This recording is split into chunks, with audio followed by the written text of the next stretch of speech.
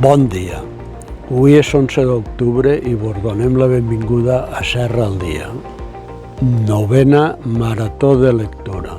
Celebrem la novena Marató de Lectura, un conjunt d'activitats per fomentar la lectura entre les persones de totes les edats, entre les quals se troben escriptura creativa, narració oral per a persones adultes, contacontes o curs de manga. Manteniment del cementeri. S'estan duent a terme treballs de manteniment al cementeri municipal, com a adequació i neteja per posar-lo a punt de cara al pròxim dia de Tots Sants. Terceres jornades gastronòmiques.